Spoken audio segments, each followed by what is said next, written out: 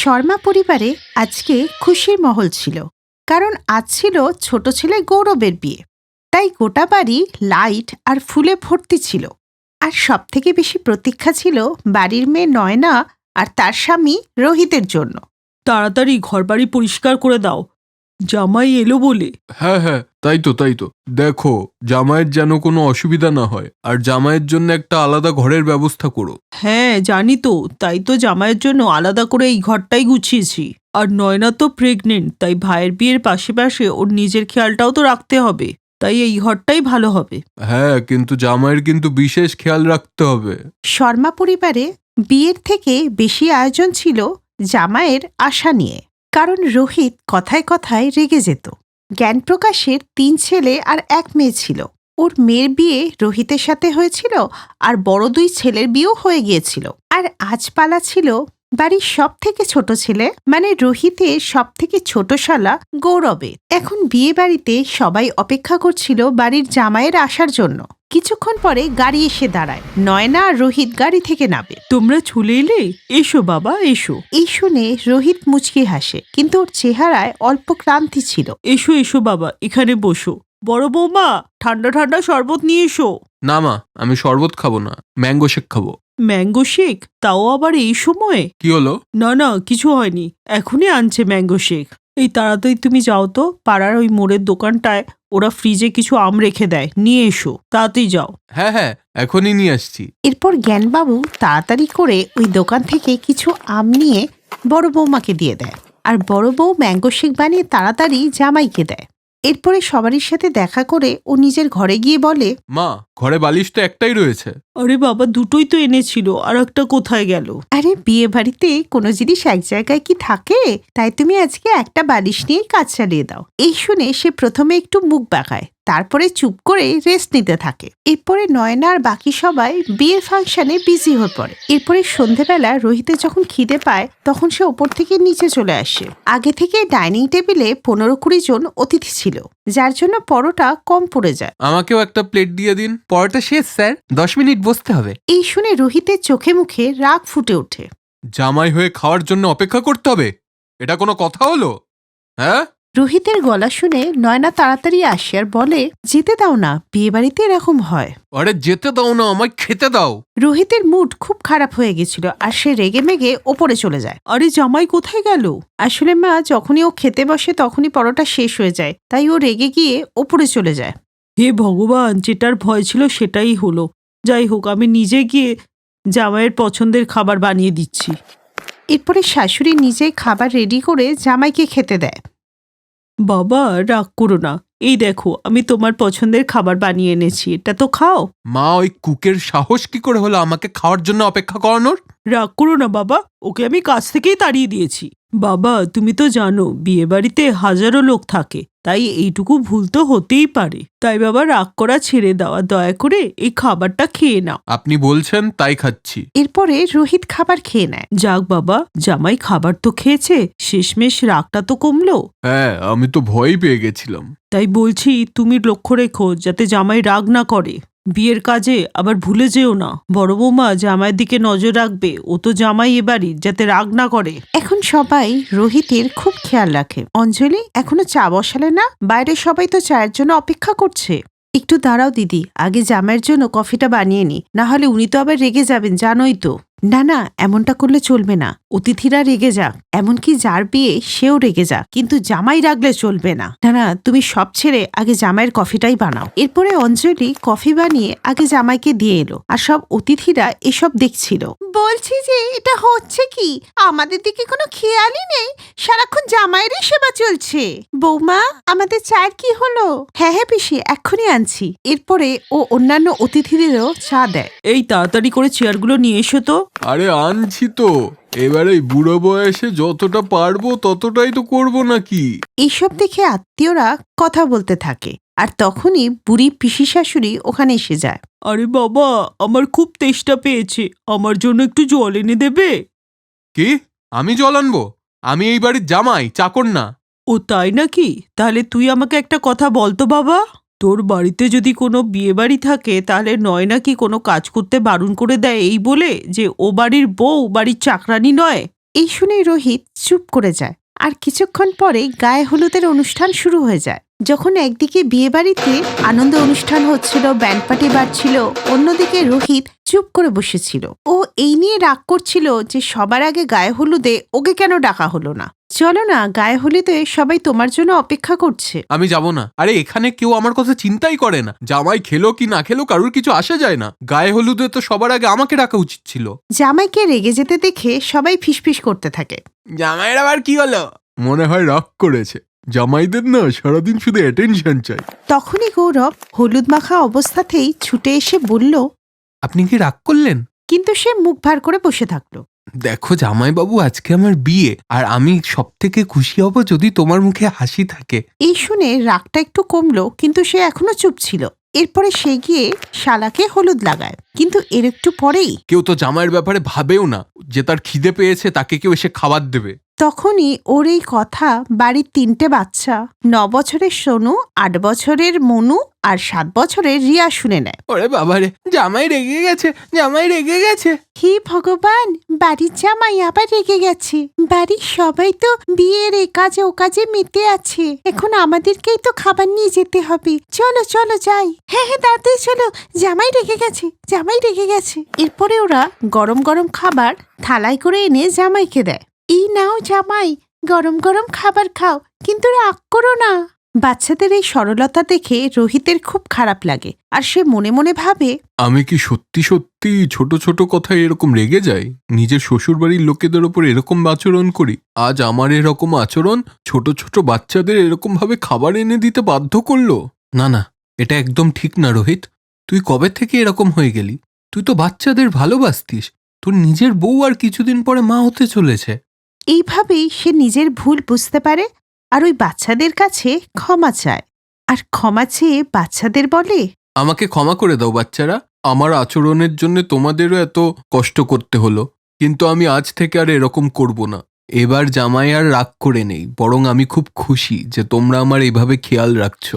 আর এরপর থেকে সে শুধু বিয়ের আচার অনুষ্ঠানেই নয়, বরং গোটা বিয়ের কাজে একজন জামাইয়ের অহংকার ছেড়ে বাড়ির ছেলে হিসেবে সমস্ত কাজ করেছিল। এরপরে যখন সন্ধেবেলা বরযাত্রীরা যাবার জন্য রেডি হচ্ছিল, তখন নয়না রোহিতকে বলে, রোহিত একটু ঘোড়ার লাগামে হাত দাও, এটা শুভ। এরপরে রোহিত ঘোড়ার লাগাম ধরে বরযাত্রীতে খুশিতে নাচতে নাচতে যায়।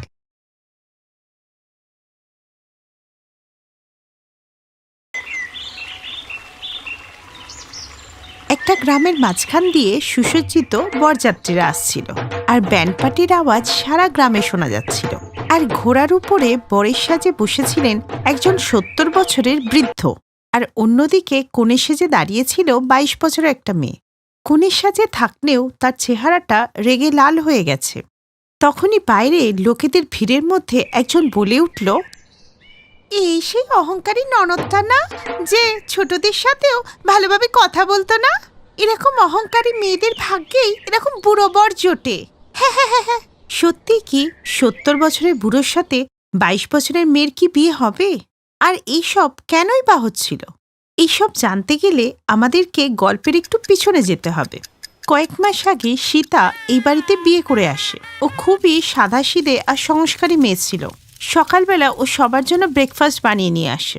ওর পরিবারে শ্বশুর শাশুড়ি, দেওর অখিল, ননদ পায়েল আর স্বামী বিনোদ ছিল। বাহ, ভারতীয় পোশাকে আমাদের বৌমাকে কি সুন্দরটাই না লাগছে। কি বাবা, কোন মানধাত্তা আমলের কথা বলছো? তুমি জানো, আমি যেখান দিয়ে যাই না কেন সবাই আমার দিকেই তাকিয়ে থাকে। আজকের যুগে এত বড় পর্দার মতো শাড়ি পরে কে আর হাঁটে? আমি খাবো না ব্রেকফাস্ট, আমি যাচ্ছি বন্ধুদের সাথে একটু চিল করে আসি। হ্যাঁ হ্যাঁ মা, যা, তুই বাইরে বন্ধুদের সাথেই যা। এরা কেউই তোর সৌন্দর্যের মর্ম বুঝতে পারবে না। এই বলে পায়েল বেরিয়ে ক্লাবে চলে গেল আর বন্ধুদের সাথে পার্টি করতে লাগলো। এরপর ভোর 4টের সময় টলতে টলতে বাড়িতে ফিরল। সে এতটাই মদ খেয়েছিল যে ঠিক করে দাঁড়াতেই পারছিল না। বাড়িটা আবার কোথায় চলে গেল? মা, দরজাটা একটু খুলে দাও, খোলো না। এই বলে পায়েল জোরে জোরে দরজা নক করলে তার বৌদি এসে দরজা খোলে। তারপরে সীতা কোনোভাবে সামলে ওকে ঘরে নিয়ে আসে। ঘরে নিয়ে এসে ওকে শুইয়ে দেয়। কিন্তু পরের দিন সকাল 10টা বেজে গেলেও পায়েল ঘুম থেকে ওঠে না। আর অন্যদিকে সবাই কোথাও যাওয়ার জন্য তৈরি হচ্ছিল। তখনই আরে সীতা, তুমি পায়েলকে বলনি যে আজকে আমাদের পার্টিতে যেতে হবে? হ্যাঁ, রাতে আমি ওর ঘরে গিয়েছিলাম, কিন্তু রাতে দেখলাম ও ল্যাপটপে পড়াশুনো করছে, তাই আমি ওকে কিছু বলার সাহস পেলাম না। সারা রাত পড়াশুনো করেছে, তাই হয়তো ঘুমিয়ে আছে। যাই হোক, সীতা গিয়ে পায়েলকে ওঠালো আর পার্টির ব্যাপারে বলল।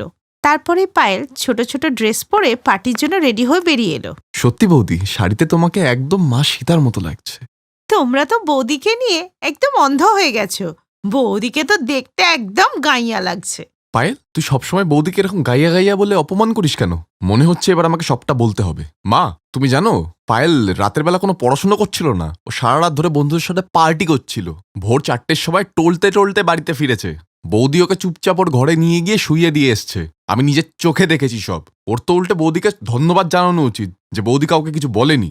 পায়েল, অখিল সত্যি কথা বলছে। দাদা, বন্ধুদের সাথে পার্টি করাতে কি সমস্যা? আমি বলে দিলাম আমার মেয়েকে কেউ কিছু বলবে না। চুপচাপ করে সবাই ব্যানার্জি বাবুর বাড়িতে পার্টিতে চলো, দেরি হচ্ছে। ওদের পরিবার ব্যানার্জি বাবুর পার্টিতে পৌঁছে গেল। বড়লোকদের পার্টি ছিল। ব্যানার্জি বাবু 70 বছর বয়সী একজন বৃদ্ধ ছিলেন। উনি পায়েলকে ছোট ড্রেস পরা দেখে পা থেকে মাথা পর্যন্ত দেখতেই লাগলেন। অন্যদিকে সীতা অক্ষয়কেও ওই পার্টিতে ডেকে নিয়েছিল। আরে পায়েল, কেমন আছো তুমি? দিদি কেমন আছিস? আর জামাইবাবুকে তো দারুণ হ্যান্ডসাম লাগছে। ধন্যবাদ শালাবাবু। শুনলাম আপনি নাকি সফটওয়্যার ইঞ্জিনিয়ার হয়ে গেছেন। তাতে কি হয়েছে? অক্ষয়, একটা BMW গাড়ি কিনতেও তোমাকে না 5 বছর অপেক্ষা করতে হবে। তখনই সেখানে ব্যানার্জি বাবু চলে আসেন। আরে আরে, আপনারা নিজেদের মধ্যেই কথা বলবেন নাকি পার্টিটাও এনজয় করবেন? আপনারা খান, পান করুন, একটু মজা করুন। আর দিদি একটু এদিকে আসবেন তো, একটু কথা আছে। ঠিক আছে ব্যানার্জি বাবু। বাকি লোক পার্টি এনজয় করে। দেখুন দিদি, আমি সরাসরি বলছি, আমি আপনার মেয়ে পায়েলকে বিয়ে করতে চাই। আমি জানি আমার বয়সটা একটু বেশি, কিন্তু আমার পর তো এসব কিছু পায়েলেরই হয়ে যাবে। শেষের জীবনটা আমি সেরকম ভাবেই বাঁচতে চাই, যেটা আমি আমার যৌবনে পারিনি। প্রথমে পায়েলের মা একটু সংকোচ বোধ করলেও পর মুহূর্তে ওনার মধ্যে লোভ চলে আসে। কি ভাবছেন? আপনি যদি চান আপনি মানা করতেই পারেন, কোনো জোড়াজোড়ি নেই। আরে না না, এই সম্বন্ধে আমার কোনো আপত্তি নেই। এসেছে বুড়ি টাকার লোভে। যাই হোক, পার্টি শেষে সবাই বাড়িতে ফিরে এলো। দিদি, আমি পায়েলকে পছন্দ করি, কিন্তু আমি আমার মনের কথা ওকে বলতে পারিনি। ভাই, তুই ওকে ভুলে যা। ও আজকে কি বললো তুই শুনলি না? ঘন্টায় 12 লাখ কামানো ছেলেকেও বিয়ে করবে, নাকি বছরে 12 লাখ। পরের দিন সকালে সীতার শাশুড়ি সবাইকে জড়ো করে ব্যানার্জি বাবুর ব্যাপারটা সবাইকে বলল। মা, ব্যানার্জি বাবুর বয়স তো 70-এর ওপর, আর পায়েল তো মাত্র 22 বছরের মেয়ে। এসব আপনি কি বলছেন মা? আমি জানি তুমি পায়েলকে হিংসা করো, তাই তুমি এই বিয়ের বিরুদ্ধে। মা, বৌদির কোনো কথা এমনিতে আমার পছন্দ হয় না, কিন্তু এই ব্যাপারে আমি বৌদির সাথে একমত। মানছি লোকটার পয়সা আছে, কিন্তু 70 বছরের বুড়োকে আমি বিয়ে করব না। আমি তোমাদের কাছে কোনো মত নিচ্ছি না, শুধু আমার সিদ্ধান্তের কথা জানালাম। পায়েলের যদি বিয়ে হয় ব্যানার্জি বাবুর সাথে বিয়ে হবে। আমি জানি তোমরা সবাই আমার মেয়েকে হিংসা করো। এইভাবেই উনি জোর জবস্তি করে পায়েলের বিয়ে ব্যানার্জি বাবুর সাথে ঠিক করে দেন।